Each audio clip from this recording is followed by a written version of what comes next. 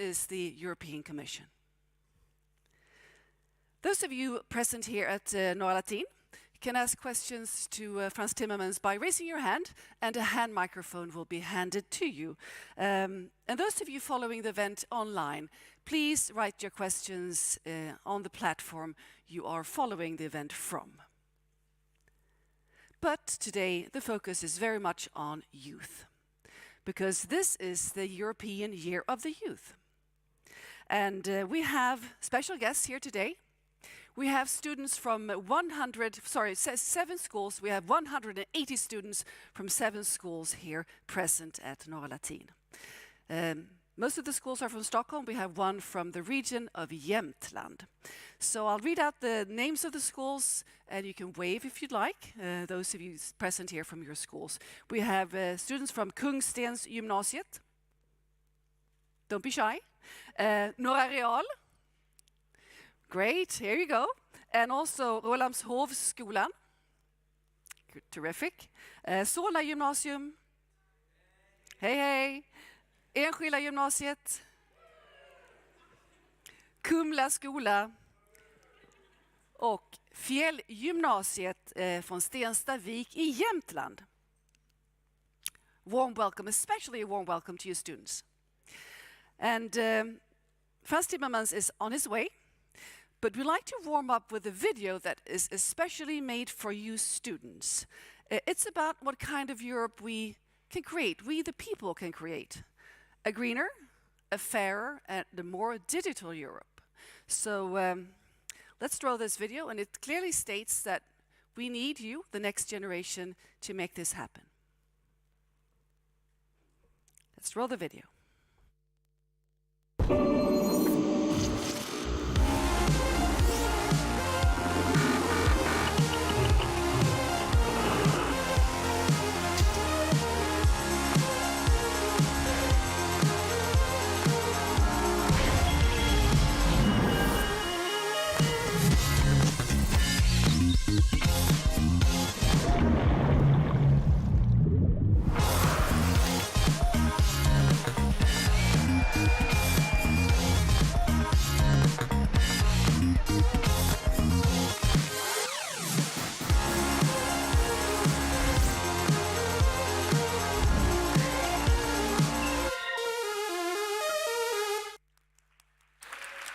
Morning.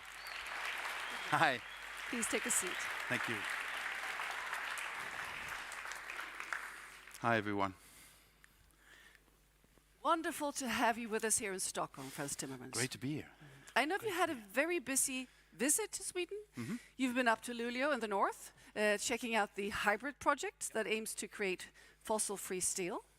And you've visited with the Stockholm Ecocide project here in Stockholm. And today you visited with the Swedish Parliament and met with our Prime Minister Magdalena Andersson. Mm-hmm. So I'd like to start out with a question before we turn to the students here. Could you share your insights about what you have experienced in Sweden, and also a bit about what you see Sweden's role as a big player, or a good player, or a valid player in this transition to a climate-neutral Europe? Sweden, from the very start, of course, has been a very strong supporter of the Green Deal, and has shown the way to many other nations in terms of their energy mix, in terms of what you can do as individual citizens in society, in terms of getting everybody along in this transition. So Sweden has a huge role to play in showing that experience to others. And now Sweden is also playing an incredible role in confronting the biggest challenge we have, which is Putin's war against Ukraine. And also here, you know, these two colors we share, which is yellow and blue, we share it, Sweden, Ukraine, and the European Union. They stand for something very profound. And the Green Deal, the energy transition, the climate policy, they are all based on our fundamental values. And these fundamental values are attacked today by Putin. So we have a chance of a lifetime to defend what we believe in, but we need to do it, and we need to mobilize all our resources, because every conflict, almost every conflict we see on the planet today is linked to the climate crisis. So confronting the climate crisis is also contributing to our security. And Sweden understands this. So Sweden can really help us convince others to see it the same way. Thank you very much. I'd like to ask you to say a few words about the EU climate targets, because maybe not everybody is completely up to date about the climate goals. So what we want to do is to be the first climate neutral continent on Earth in 2050. To get there, because many countries on the planet are now saying they want that, but that is only credible if you have a plan. And that plan needs to take you to a massive reduction of your emissions by 2030. So what we've done is to put into law in Europe that the EU has to reduce its emissions with at least 55% by 2030. That would take us on a realistic trajectory to climate neutrality by 2050. And I've put on the table a set of measures, draft laws, for the member states to decide, for the European Parliament to decide, so that we can actually make this reduction happen in actual fact between now and 2030, and that we can show the way to 2050.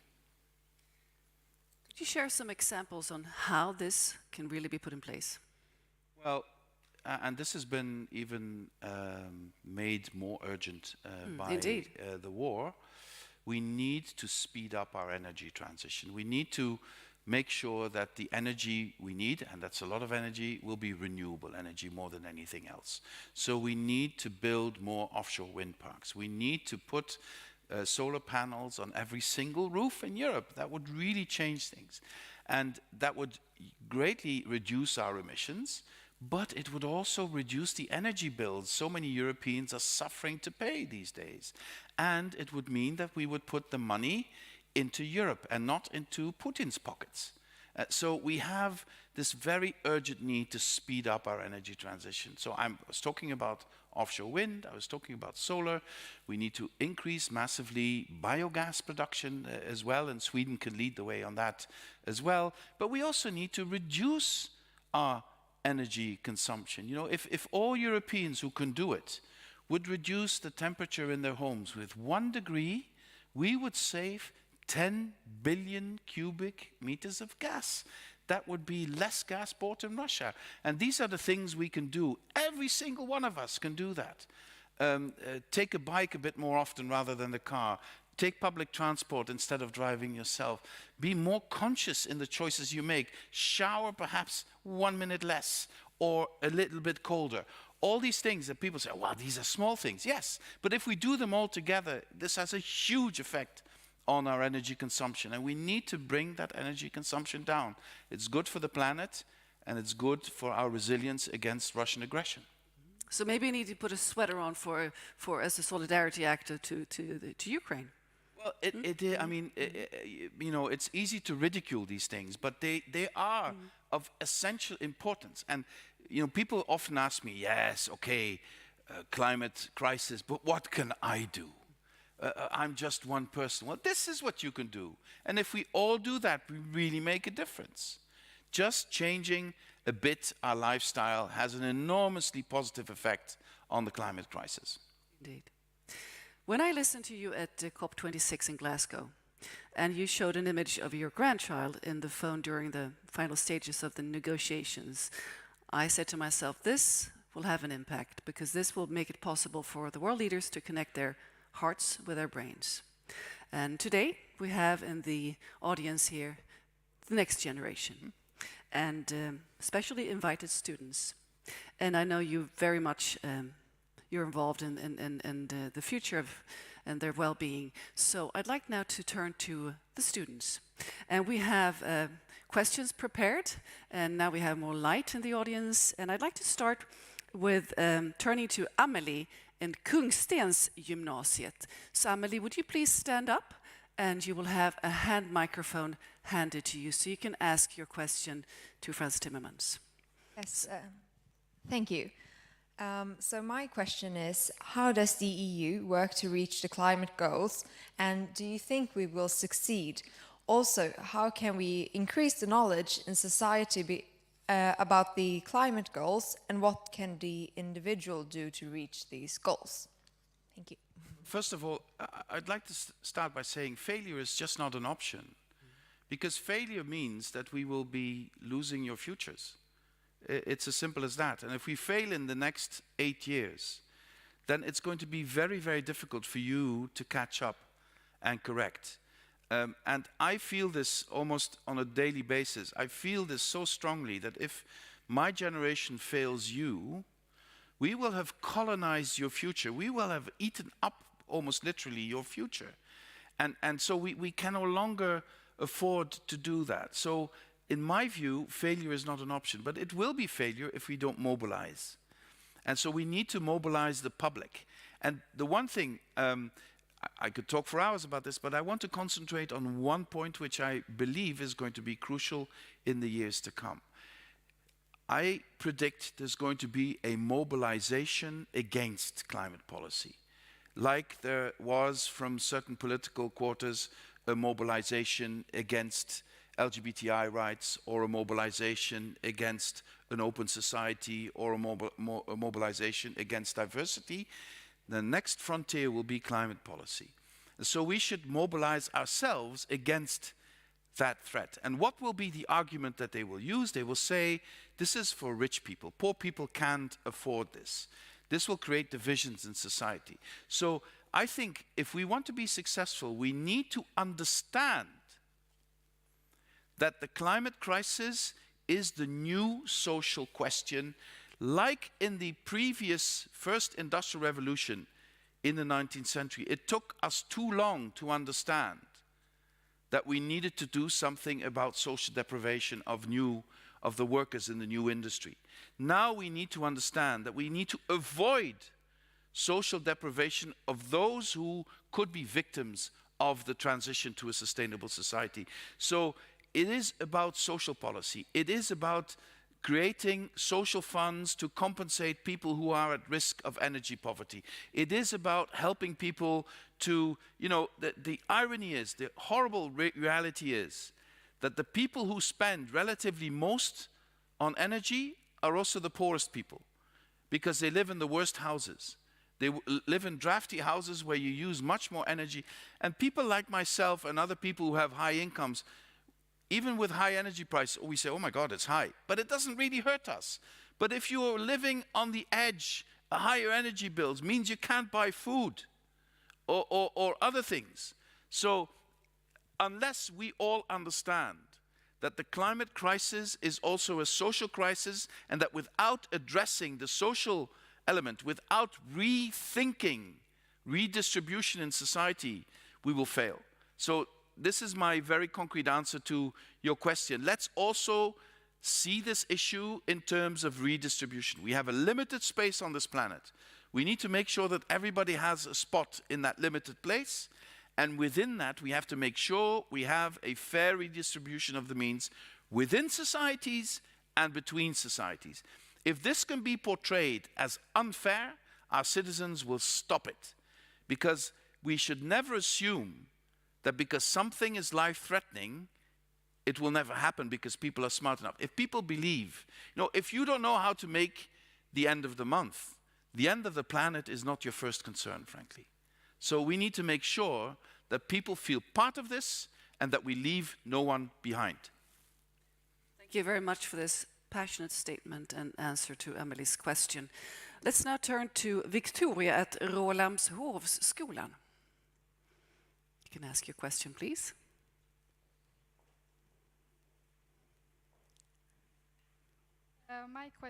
My question is, how do you think the war in Ukraine will affect the readjustment to a fossil-free society?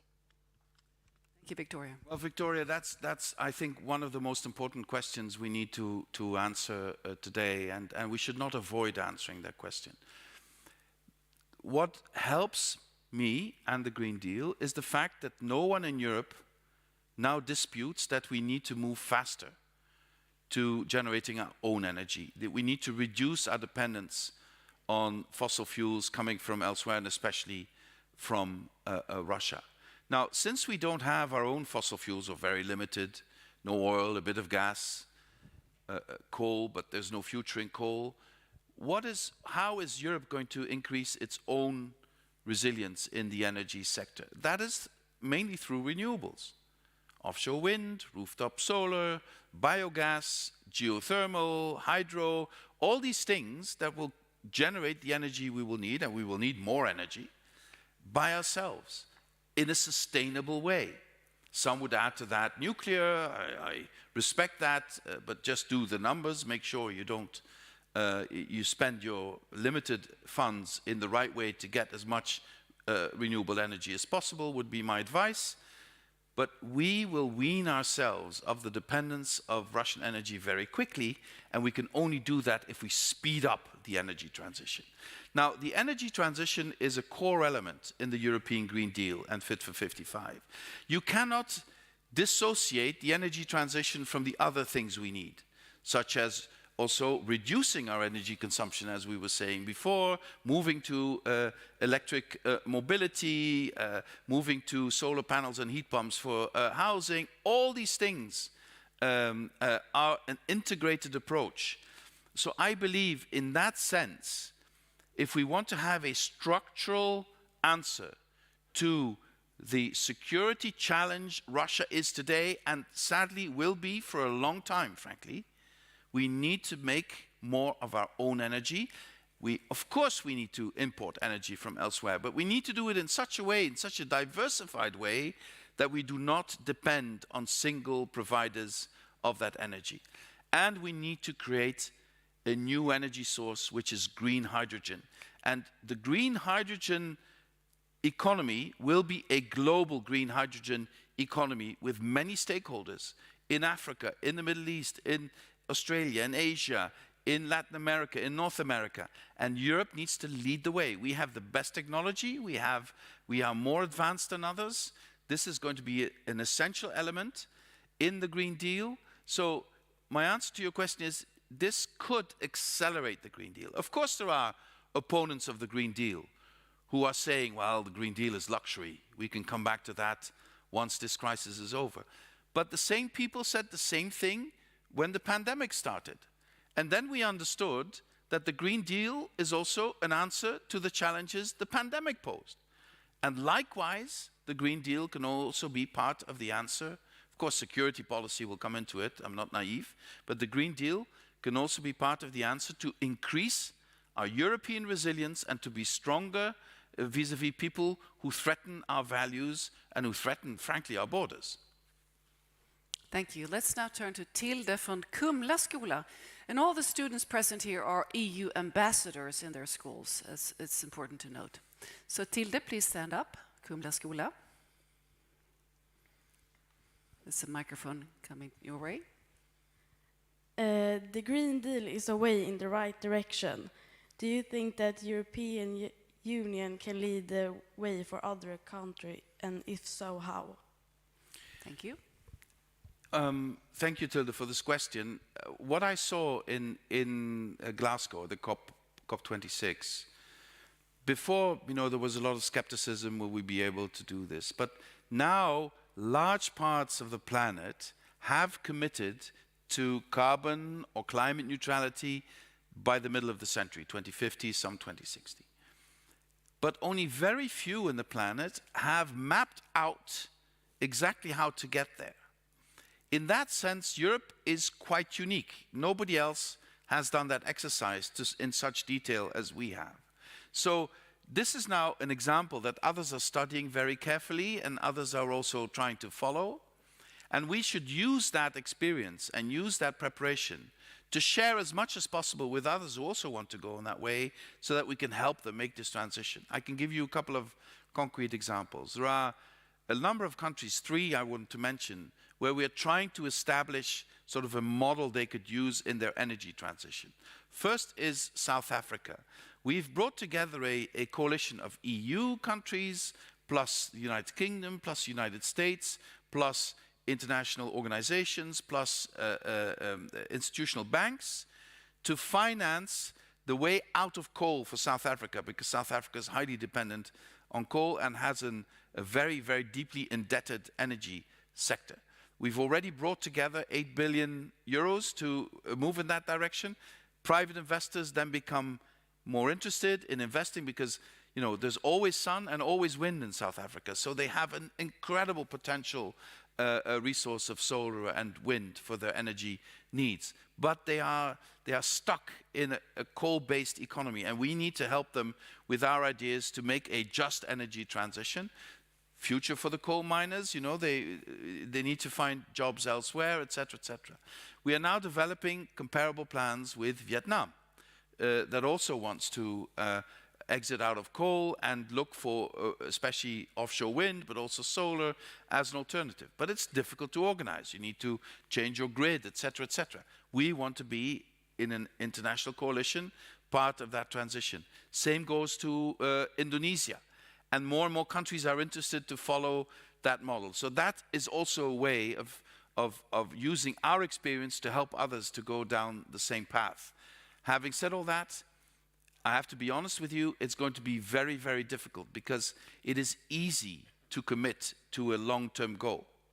It is much more difficult to take the concrete steps to get there. And if you don't take the steps now, the goal will remain pie in the sky. You will never get there. So it is our interest to help others also formulate concrete policies to get there. Thank you for your answer. Let's now turn to Mohammed and Yasin from Solna Gymnasium. And just a note, while the microphone is handed to you, we have viewers watching this broadcast, and don't get nervous now, Mohammed, from 103 countries. I'm Yasin, I'm not Mohammed. But Yeah, sorry, Yasin. yeah. How does EU support the development of green airlines and electrification, question mark? Of green, sorry? Airlines. Ah, green airlines. Well, yesterday I was made aware of something that is now being developed in Sweden, just to give you an example. But I'll start I'll start at the other end. Aviation will remain essential. You know, look at a country like Sweden. You cannot eliminate aviation if you need to cover these huge distances, especially from peripheral areas. So what we need to eliminate is short-haul flights. That can be done, especially in the densely populated parts of Europe. There are still, I think, 3 to 5 flights daily between Brussels and Amsterdam, and there's also high-speed train link. It doesn't make sense. So these are the things we need to do quickly. In aviation, electrifying aviation is not going to be easy. Yes, there are some very promising small-scale projects, but the idea that you could have, you know, big airliners crossing the Atlantic on batteries is very, very unlikely. So what we can do is to make sure the fuels that are used in aviation are sustainable fuels, biofuels. I think that is the best step we can take now. And that brings me to one of the ideas I heard here in Sweden yesterday, which I find fascinating. You know that biomass is being put in furnaces to create heat and energy here. Now, that biomass is in our legislation considered to be carbon neutral, but of course it does emit CO2 when you burn it. So if you then capture that CO2, which is now a Swedish project, in those furnaces, you can turn that CO2 into sustainable aviation fuel. And these are the kinds of ideas that are popping up all over the world and all over Europe that will help us. The airlines are complaining to me. They say, we want to do this, but it's excruciatingly expensive today, and we can't get our hands on enough of this fuel. So we need to help them by quickly increasing the production of biofuels, to do that as quickly as possible, and also help the development of engines and transport modes that could function more rationally, more better, a lot better with these fuels. This is what we need to do, I think, for the airline industry. And then, of course, I still maintain more trains, less planes for the short distances. We really need to revolutionize our transport modes. You know that Europe became Europe because the train was invented. There's a brilliant scholar who's written about the 19th century, and he said once the trains connections were established in Europe, Europeans started to discover each other and each other culture. This has a huge, huge positive impact on understanding between Europeans. It also had the negative impact that you could kill Europeans much more quickly because you could get them to the front line quickly, but that's left aside. But I believe this European heritage with trains, we should rediscover that. We should rediscover the beauty of traveling in Europe by train, but we should also make it easier. Easier ticketing, lower prices, modular transport so that it's interlinked with all other forms of transport. And you young people, you know, do as I did, because when I was your age, it was much too expensive to fly. So I traveled around Europe, well, hitchhiking or with trains. And to get to know other European countries, a train is a wonderful instrument. So please take the train.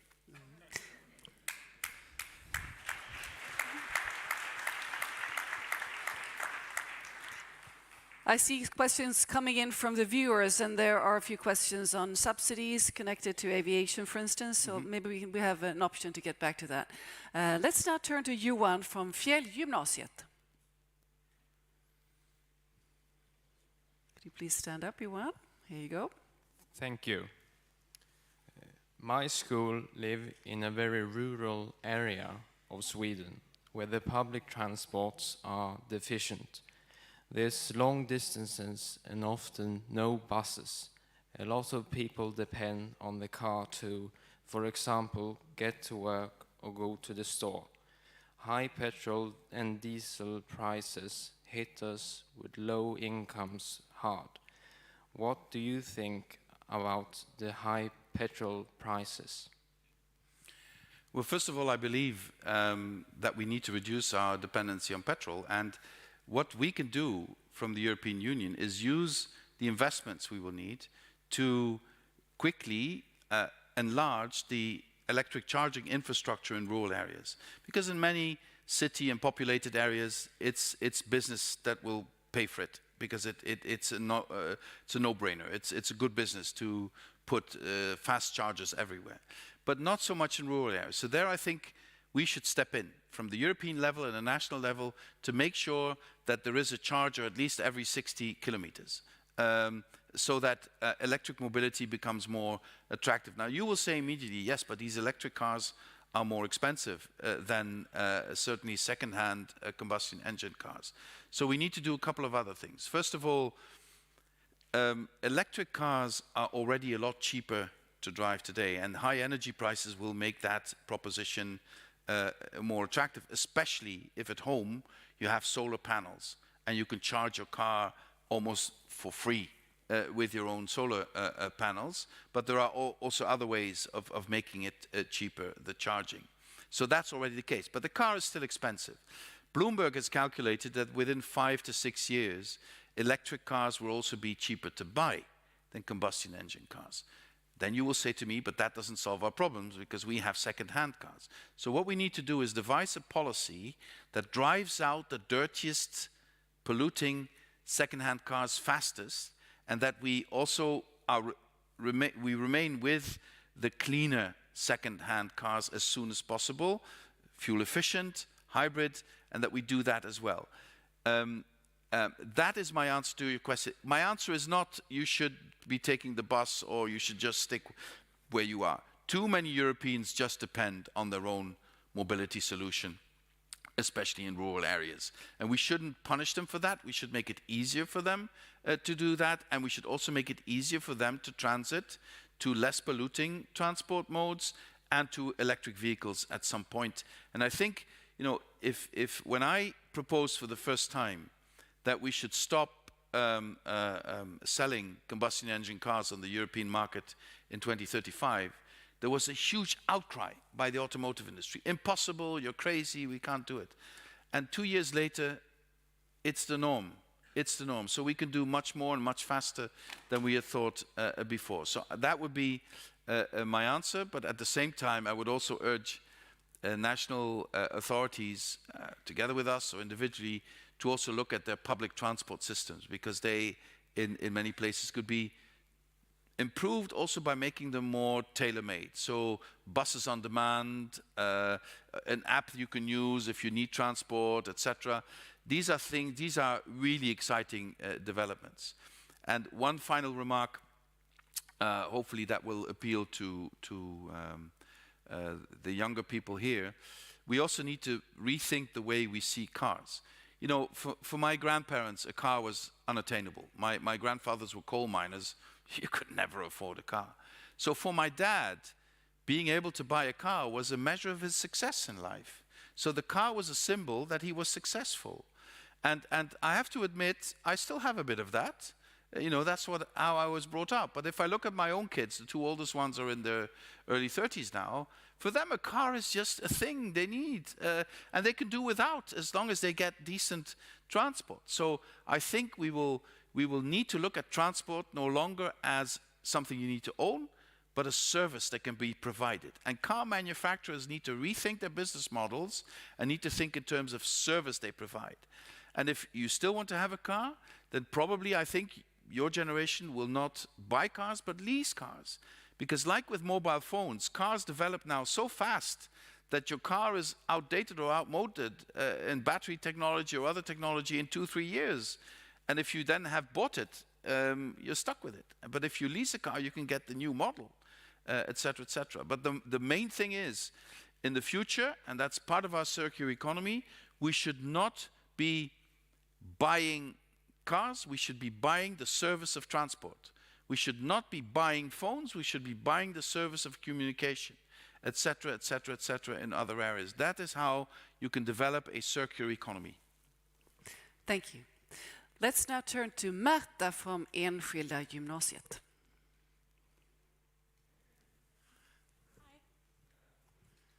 According to the Geneva Convention, people fleeing due to climate change are not considered refugees and therefore do not have the same rights as people fleeing from political conflicts or war. Do you believe that the international laws regarding climate migrants have to change?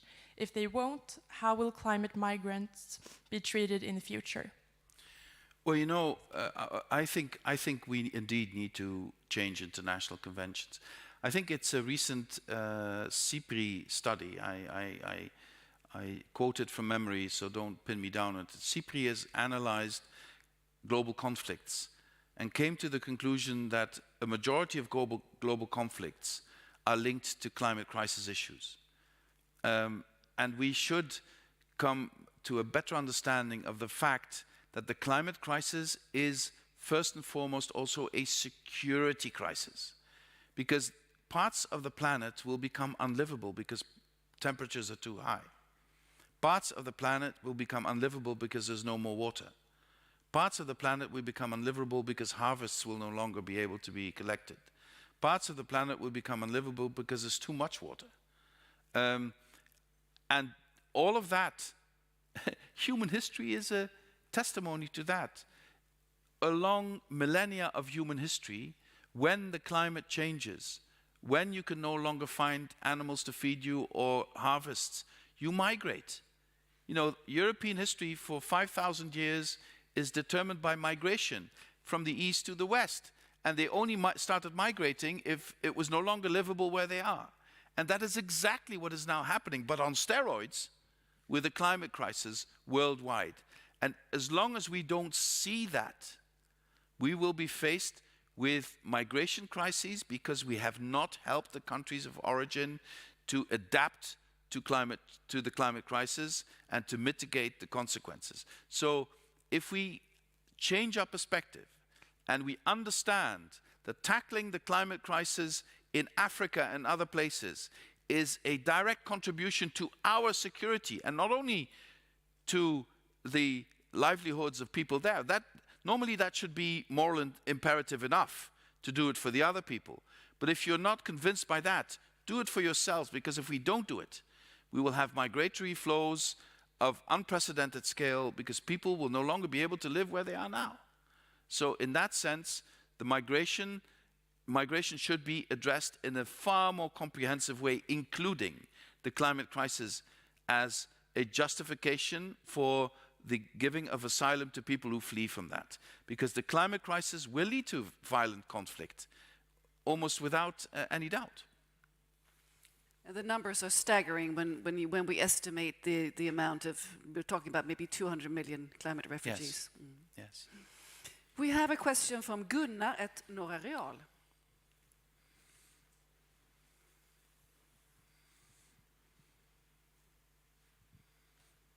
Yes, first of all, thank you very much, Mr. Vice President, for coming here. I would like to ask the question of how does the European Union, or does the European Union intend on further curtailing international oil and gas giants, and how does it intend on going about doing that?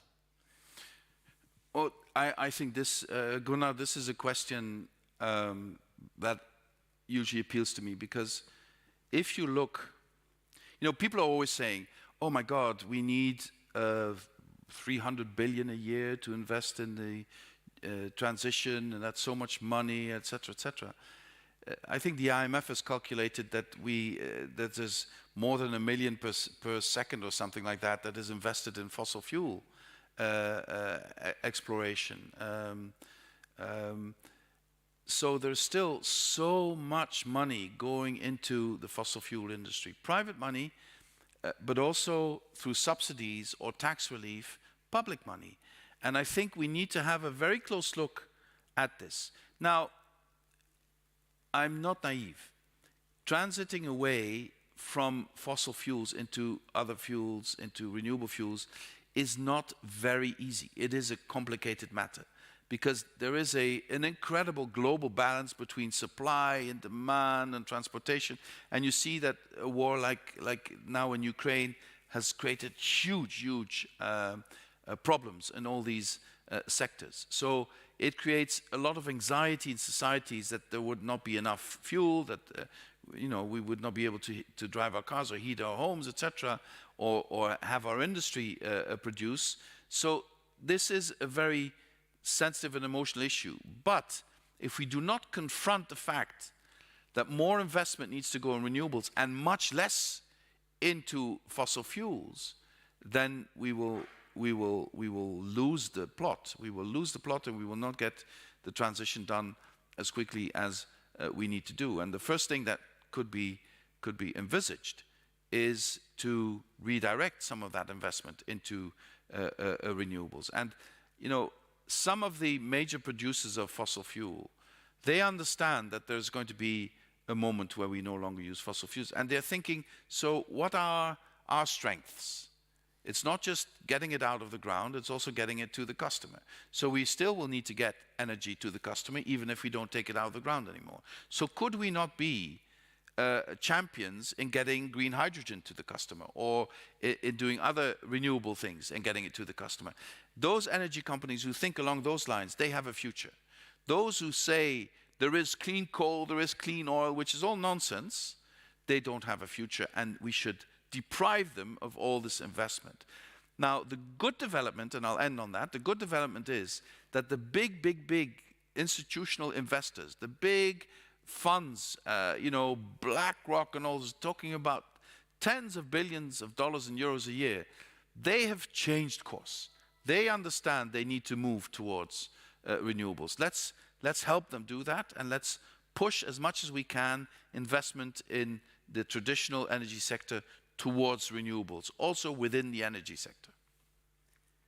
Thank you very much, students, for your questions. I know you have more, and let's see if we can turn back to you again after having checked in with the audience that are watching online, and also, of course, other people here in the audience that would like to ask questions.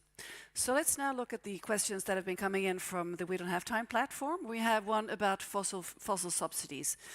The International Monetary Fund says the world spends nearly $6 trillion a year directly and indirectly supporting fossil fuels and their damage. And during COP26, we had a counter on our stage, counting up. Yes. You might have seen it, how many trillions of dollars that were pumping, billions were pumped out during the COP, which was very disturbing for all the speakers we had on stage, because it was really counterproductive. According to the conference on the future of Europe in 2021, the EU spends twice as much directly subsidizing fossil fuels versus renewable energies. It's a worldwide problem for sure, but when, here comes the question, when will the EU show leadership and end this absurdity and use the money saved to, for example, targeting those in fuel poverty with fuel security, such as energy efficiency, heat pumps, and clean energy? We're in the middle of this transition right now. And one of the elements why energy prices are higher, apart from the conflict, apart from Putin's war, apart from incredible demand after the pandemic, is also because everybody understands we're slowly putting an end to a system that was in place for 200 years. And we need to have that perspective. The whole economy, our whole society, this building, everything was built on carbon. It started with coal, then it went into oil, then it went into gas. So everything we've been doing, all our industrial setup, all our societal setup, all our social programs, education program, healthcare, is based on carbon.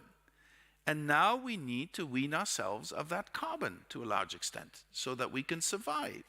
This is such a fundamental transformation that redirecting all this investment overnight is almost impossible. But we need to take the steps. Now, let me give you, from the European perspective, just to be very concrete. In a country like Poland, we still have coal mines operating. And the people living in those regions are very worried about their future. Now, to keep that going, because they are no longer competitive, to keep that going, yearly, the Polish government has to put enormous amounts of subsidies into that sector. Just imagine, with European help, we could come up with a plan and enough money to transit from that digging up coal to another form of industry, whether it's battery making or whether it's electric bus, because Poland is already the biggest exporter of electric buses in Europe. In the renewable area, it's entirely possible.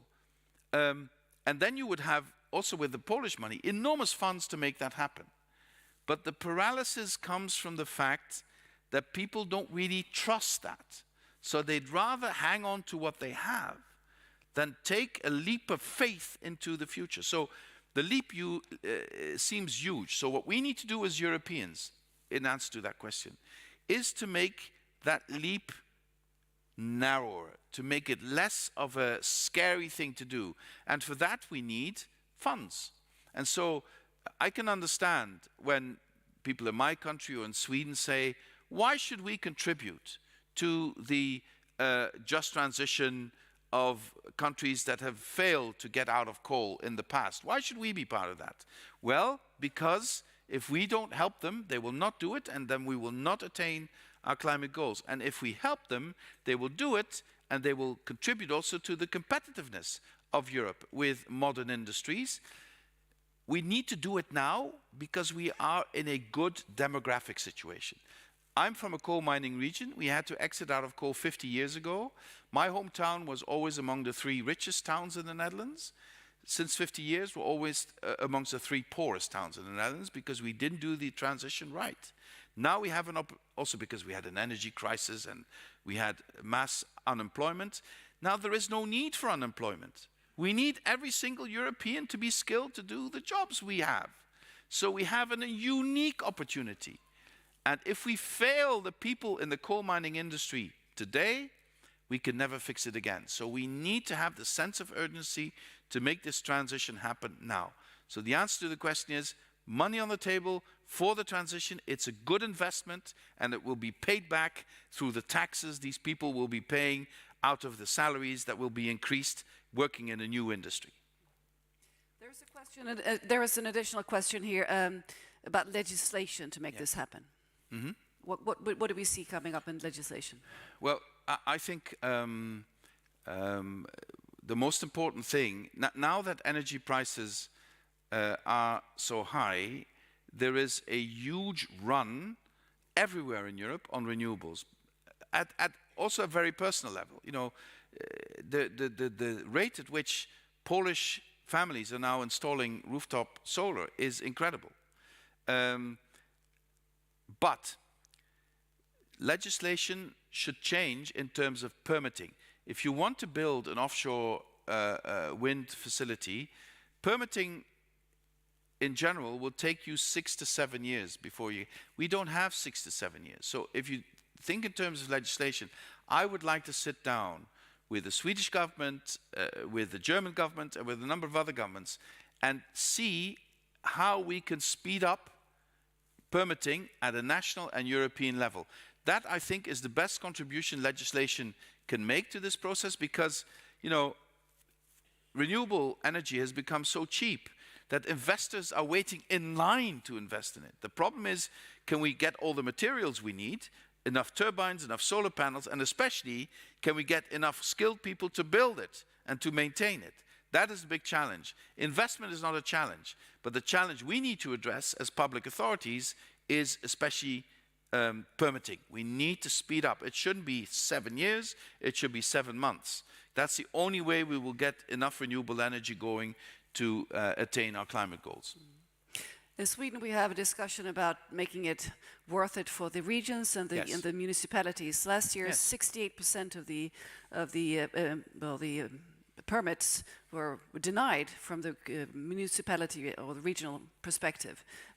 So we need to make that shift happen quickly. I don't have a silver bullet here, but sometimes what works, and Denmark is a good example, but we have some of that in the Netherlands as well, is to make local citizens co-owners of a wind farm or of other forms of generating renewable energy. You know, it's money in their pocket, it's much lower energy bills. That's attractive. And of course I know that onshore wind is seen sometimes by people as, oh no, we don't want that. But it's an interesting fact that if you look back into journals of the 17th century in the Netherlands, you had people complaining about all these windmills in the landscape. They were spoiling the landscape. You know, the traditional 17th century windmills. And now we attract tourists to come and look at them.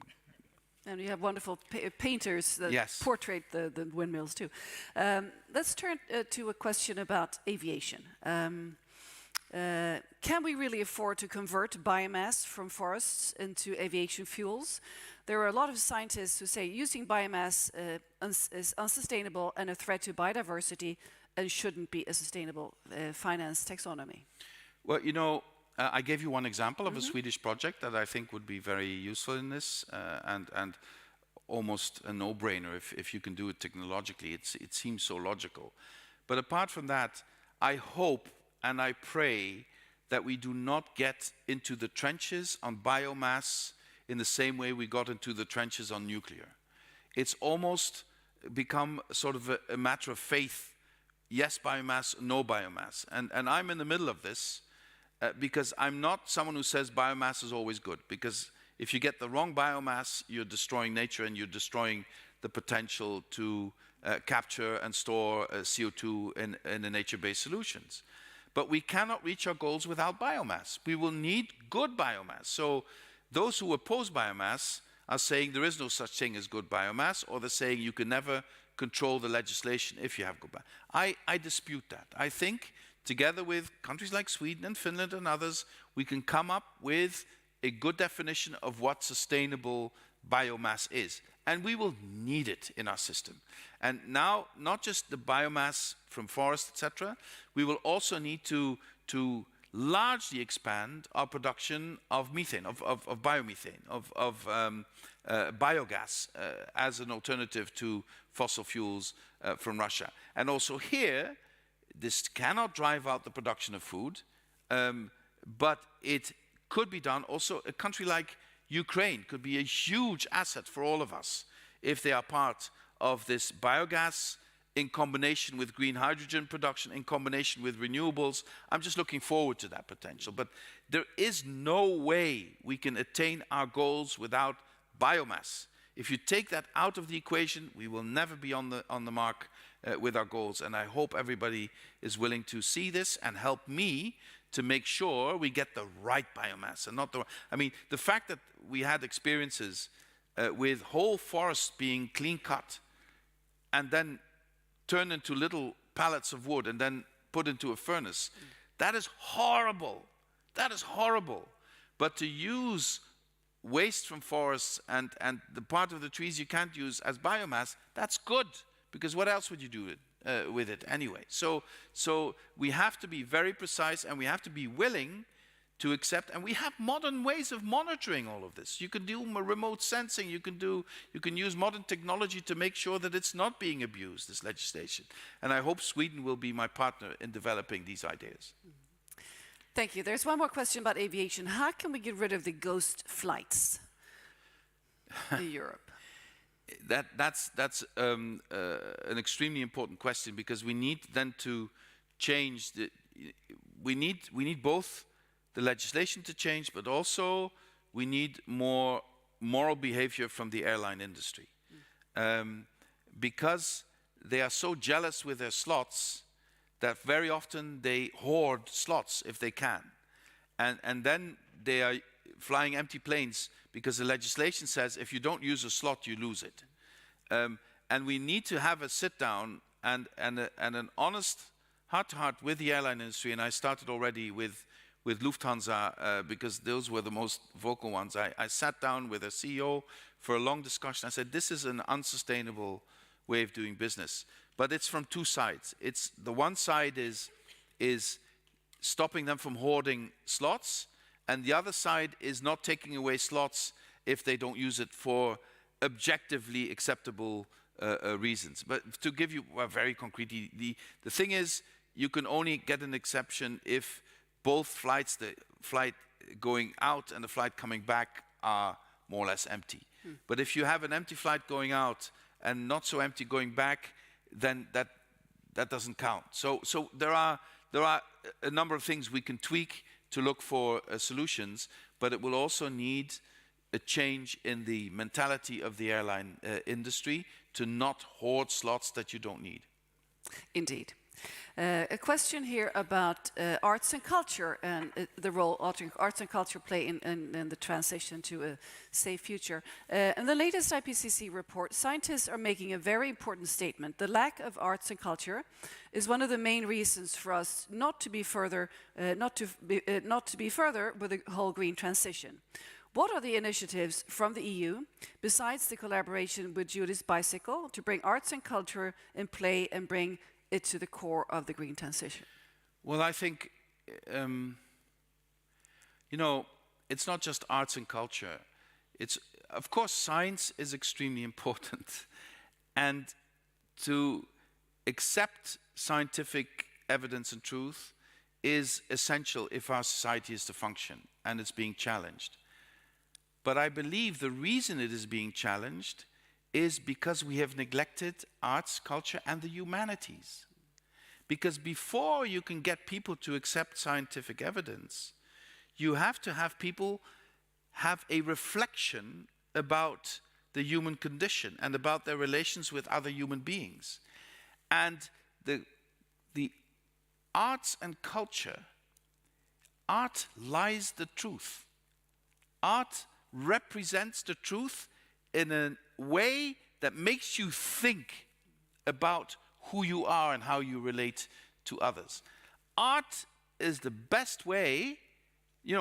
A society cannot flourish, cannot exist, if we lose the capacity to look at the world through the eyes of an other. And we live in a day and age, and I'm afraid that the internet has contributed to that, where we love to stay in our bubble and only want to talk to people who see things like we do. And we are losing the art of disagreeing well. And we are losing the capacity to be shocked by art. Art also has to have the possibility to shock, even if you don't agree with that. It has to have the possibility to inspire, to get you to react, to get you to reflect about who you are, how you relate to others.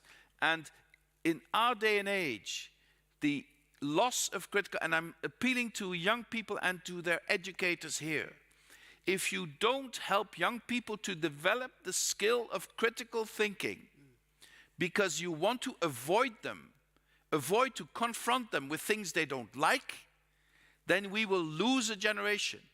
You have to confront people with things they don't agree with or they don't like. and just enclosing ourselves into the bubble of, and I'm afraid many of us here agree too much on many things. We are also a bubble. But we have a responsibility to not ignore the people who fundamentally disagree with our views, but to engage with them. Because what happens if you don't, then you can dispute every fact. Then you get people who think the earth is flat. Then you get people who think that there is no climate crisis. Then you get people who think that the Jews control the world. These are the things that are happening in our society because we have lost the capacity to critical thinking. And the only ones who can bring us back to that are artists, is culture, is film, is theater, is paintings, is literature. That is what we need.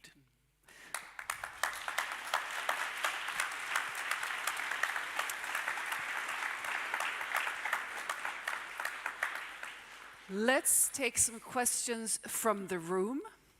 We have hands up here on the right section, and I think there's a hand all the way in the back here, the right section here, that was first. Further back, please. It's a grayish beige waving now, yes. That hand has been up for a while. Please stand up and state your name. Hi, my name is Ylva, and I'm with the Swedish innovation agency Vinnova. Thank you so much, Mr. Timmermans. You'll be happy to hear that we actually have a policy lab going on between the regional and national policymakers around permits for wind farms and other things. But my question is around China and your reflections on the possibility of a climate coalition with China, given the current geopolitical state. Thank you. Thank you for your question. It's a fascinating question because with all the confrontation we saw between especially the United States and China over the last couple of years, in Glasgow, they came up with a joint declaration that was far more far-reaching than anybody had anticipated, and that helped us cement an agreement in COP 2026. So essentially what the Chinese are doing is to compartmentalize the subjects. Now, you can only go so far in compartmentalizing the subjects, and I think China needs to be called out on its support for Russia today. We need to be very clear about that. China needs to be called out. In Parliament are being boycotted by the Chinese, and we need to be very clear as Europeans. But I still have a constructive discussion with the Chinese on climate issues, on energy transition issues, you know, they have built a gigantic offshore wind park. And so looking at China from this perspective, we have to accept the complications of such a huge country with such a diverse construction. So you have an incredible elaboration, extension of renewable energy resourcing, and at the same time they're digging up more coal. And what we need to do is to help them move away from that coal. They have committed to reducing that. Help them move away from that coal, and at the same time stimulate them to expand their renewable energy, and stimulate them, because what is the stimulus for them to be part of this? They were part of the success in Paris, and they're very proud of that. And they don't want to be seen as the ones undermining everything leading up to the next agreements. But I have to tell you that I'm a bit worried about this year, not just about China, but globally, because I think the shadow of the Ukraine war will be over many things we have to do internationally. And I'm sorry to have to say this, but we have a very, very strong consensus in Europe about all of this, but it's not really a global consensus.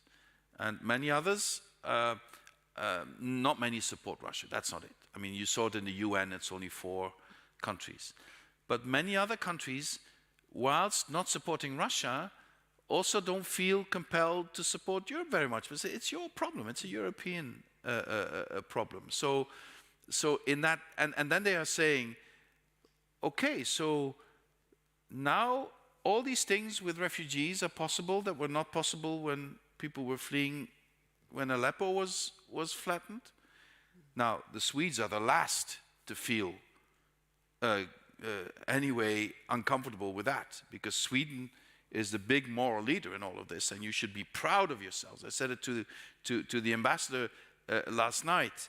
The moral aspect of what Sweden has done, with all the difficulties, will sound through time. Will sound through time into the future. But I just want to make the point that our climate policy is also a global policy, and our perspective on the conflict, on the war that Putin has started in Ukraine, is not necessarily the global perspective. And this will have implications for our global policies, whether it's on food security, whether it's on climate, whether it's on international trade, whether it's on development, etc., etc.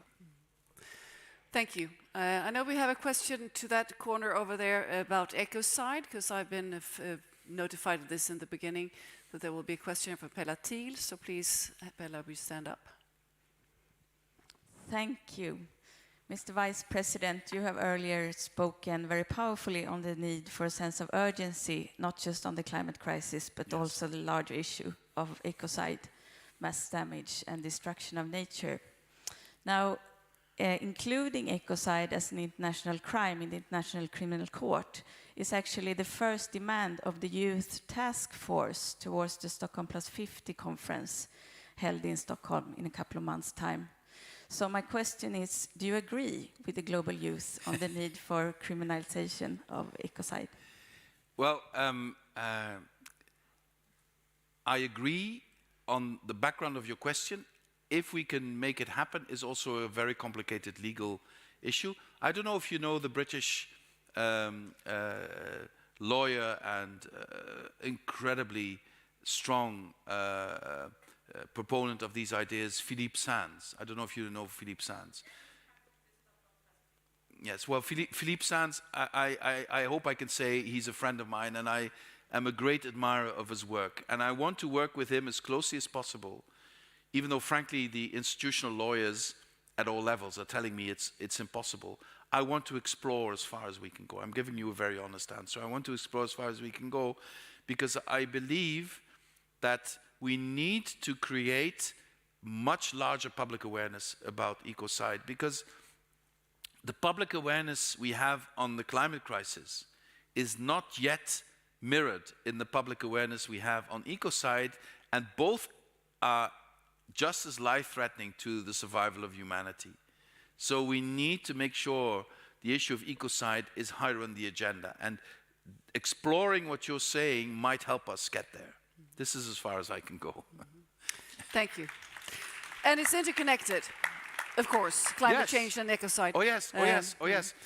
Ecocide, climate crisis, and pandemics are three aspects of exactly the same problem. And war, unfortunately. Yes. We have time for one more question. There's a young gentleman there with his hand up behind the lady with the microphone. Yes, hello. My name is Marcus, and I'm from the Green and Liberal think tank Forest here in Stockholm. The new EU taxonomy has concluded that certain nuclear and gas investments can be classified as sustainable, considering the emissions from gas, especially methane, and the risks of nuclear, which the war in Ukraine has shown. Do you truly believe that they are sustainable energy sources? Thank you. Is this the final question? Because it makes me so sad. Well, it's a very good question. You are right to ask that question. Now, the thing is that to get from where we are to where we need to be, we will need some transitional energy carriers. And like always in Europe, there's the huge lobby for nuclear. From a certain country that needs not to be mentioned. And there is a huge lobby for gas from another, slightly bigger country that also doesn't need to be mentioned. And then, as happens in Europe, it lands into a compromise. Now, it wasn't my idea, let's put it this way. But what we have now is that we have defined what is green. And then we have said, these two can help the transition towards green. Okay. Then the war started, and everybody was saying, hey, wait a minute, gas. And you see a rethinking in some countries that are saying, okay, we wanted to move from coal via gas to hydrogen and renewables. Perhaps we should not do that. We want to prolong coal and then move to renewables. But if you want to do that, you can work with me, but then you have to speed up the introduction of renewables substantially, because the net effect cannot be more emissions. So if you want to prolong coal slightly, to avoid having to use natural gas as a transition, you can work with me, as long as you introduce renewables much faster then. And that's why I believe there's going to be a huge, huge demand of green hydrogen, a demand that will warrant a global new production of green hydrogen based on solar and wind. Just imagine areas in Africa that are not arable today. You could generate at very low cost enormous amounts of electricity that you can then store in hydrogen or in ammonia. You could run the world's shipping on ammonia 10 years from now through that at very low cost and at huge win for the environment. So I think I've expanded a bit the answer to your question, but I think that is the reality we face. And the only thing the war has, I think, made us aware of is that we need to make this transition period as short as possible.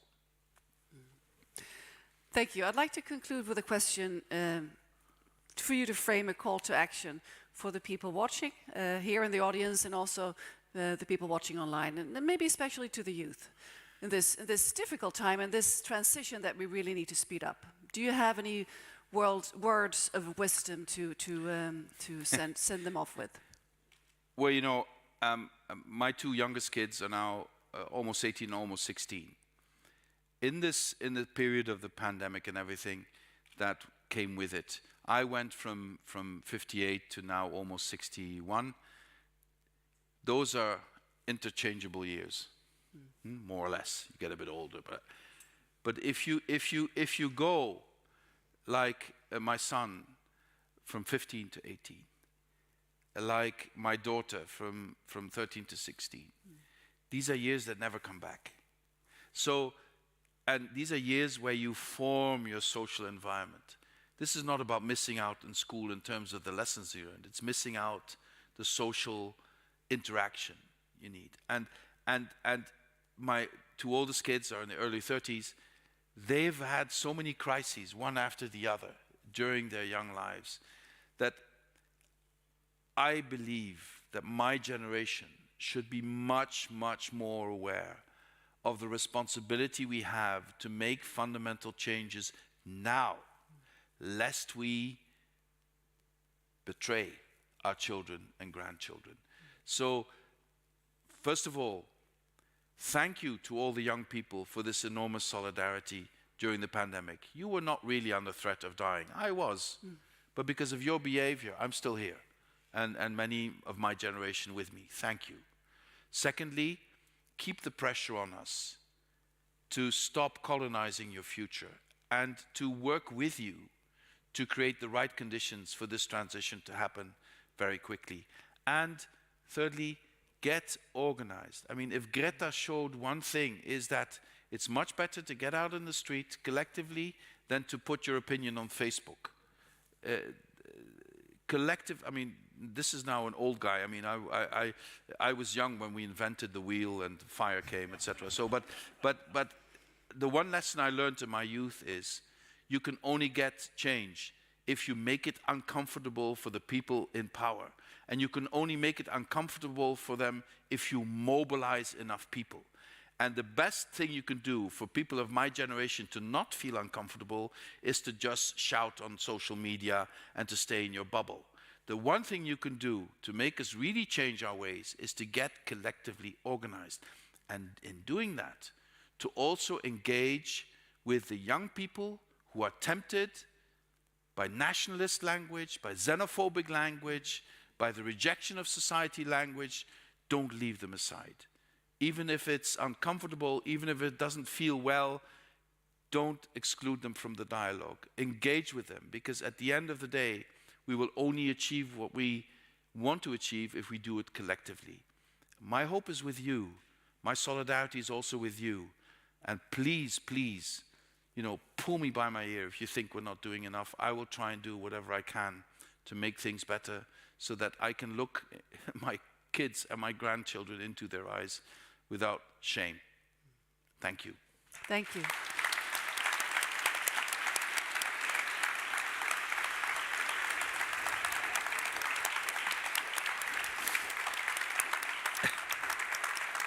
Thank you so much. Thank you.